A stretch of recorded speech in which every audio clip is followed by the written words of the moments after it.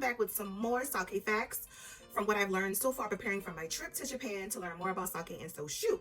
So when you are tasting spirits, there are two different ways that you experience aroma that leads to how well you are able to taste all the nuanced flavors in the spirit. One is retronasal and the other is orthonasal. Retronasal is when you are getting the aroma via your tongue. So you've taken a sip of the spirit in and you're able to experience that aroma on your tongue through the back of your throat up to your nose. The second way that we experience aroma via the taste of the spirit is orthonasal. Now this is directly experiencing the aroma from the glass to your nose. So picture you just sticking your nose in the glass and experiencing the taste through your nose directly. Now your brain is going to perceive those aroma and the taste very differently. Is it retronasal or orthonasal?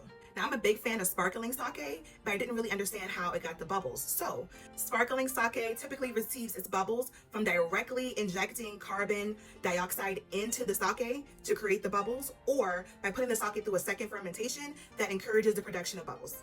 Sake is typically filtered using active charcoal filtration, and we see this a lot in tequila specifically. If you're looking at a Cristalino tequila, they're usually using a charcoal filtration to remove the coloring that is produced by aging that tequila so that it can be a really crisp, clear, white color and removing any of that age statement. That's similar to in sake, where they use active charcoal to filter any sediments or any residual rices or starches that remain in the product. Sake rice is different from table rice. Table rice usually is not soluble enough to make sake with, which means after they process and mill the rice, it's still too big and it leaves lots of the actual grain left over in the distillation.